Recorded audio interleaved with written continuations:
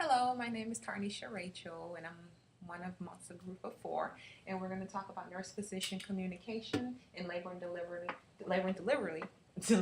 related to changes in patient status. Um, in labor delivery, it's a fast-paced unit, and where changes can occur rapidly in mother and baby. When changes occur, effective communication between the nurse and physician is very important. Um, the communication between the two needs to be strong because the nurse is usually the one that's reporting the changes to the physician because we are the eyes and ears for the patient and baby. So when communication breaks down, performance is affected as well. Um,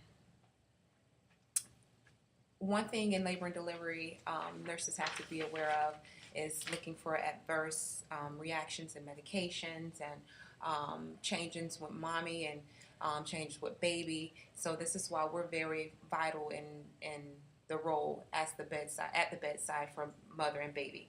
So barriers in communication between nurse and physician can adversely affect the well-being of mother and baby, and effective communication between nurse and physician is most critical during changes in patient status, which is what our board is about. So study objectives for our research. The purpose of the study is to gain greater understanding about the nurse-physician communication in labor and delivery, and we will explore the research study through 3 research questions. So the first one will be, how do nurses routinely provide clinical information to the physician and labor and delivery unit when there is a change in patient status? The second would be, what are the perceived barriers in effective communication? And the third is, does the nurse routinely present the information that a physician needs to decide on and the plan of care? So that will be the focus. Communication, communication, communication is the focus of our research study. Good morning. My name is Jolene Richard, also part of the group. I'll be explaining a little bit more about our proposal. Our proposal is going under a qualitative methodological procedure and will be conducted to address the research questions. 2 groups, each of 3 audiences will be used. One will be a group of nurses, a group of physicians, and a combined group of nurses and physicians. The study subjects will include 41 registered nurses, all women in the labor and delivery unit, all at Mount Sinai, with 14 physicians, which includes 12 men and 2 women. The range of the experience of the registered nurses is 1 to 40 years. The range of experience for physicians is 7 to 35. Every participant will be compensated monetarily. Monetary. The plan for analysis is that everything will be recorded. It will be transcribed by a professional transcriptionist. All private information will be removed and code numbers will be used. Transcripts will be reviewed individually and then collectively by the research team. NVivo will be used for indexing and analysis of the data, and open coding and then selective coding will be used to break down, integrate, and refine the findings. Good morning. My name is Julian Ramirez. I'm also part of the group, and I'm going to be talking about the study procedures, the settings, and the sampling strategies. I also want to mention the literature review, which we do explain in detail in the proposal, and you could refer back to it for more detail. We looked up, or we used Sino on PubMed, and we just use effective communications, health communications, and nurse-physician communications as the keywords to look up, and perinatal mortality, which is very relevant to this proposal. Then moving on to the study procedures measures, basically what we'll be doing is providing clinical information to the physicians in the labor and delivery unit when there's a change in status. This is something that normally happens in the unit, but we just want to be monitoring how it happens and what the interaction is. And then that way we'll be able to perceive the barriers to an effective communication in between the nurse and the doctors. We're going to present the information that a physician needs to decide a plan of care to the physician, obviously, by the nurse. The labor and delivery unit at Mount Sinai Medical Center will be the setting. This is where the study will be conducted. And then this hospital, just I'm sure you all know about this hospital, but just a little information. It's a private, independent, non-for-profit teaching hospital, and it has it employs more than 3,000 people, and has over 955 licensed beds.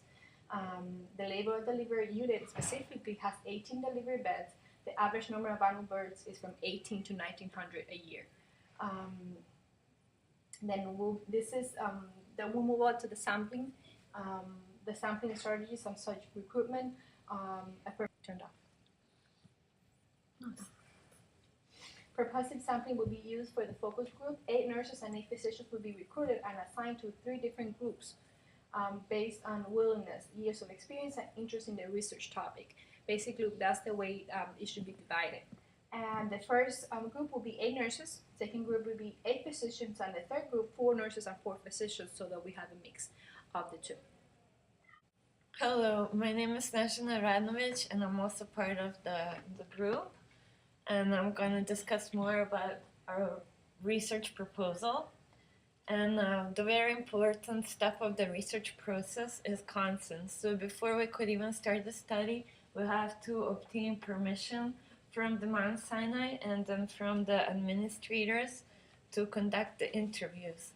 What we plan to do is to send introductory letters to the prospective participants, and once they respond, we would make focus groups, and then we will proceed with our study. Each group session would last from like 1.5 hours to 2 hours. All participants will be warned about their time commitment. Their groups will be moderated by the nurse researcher who has wide knowledge and understanding of conducting interviews. For data collection instrument, as Julie mentioned, we would use a formal question guide, which would be developed by the focus group session.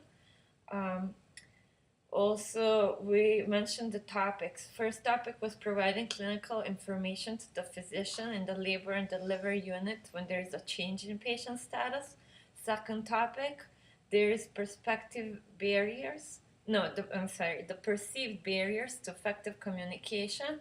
And third topic, present the information that a physician needs to decide on a plan of care. The participants will be informed that each session will be videotaped and that 2 professional transcribers will be taking notes. This was mentioned previously too. Anyhow, what we want to focus on is on SBAR. SBAR is the tool that is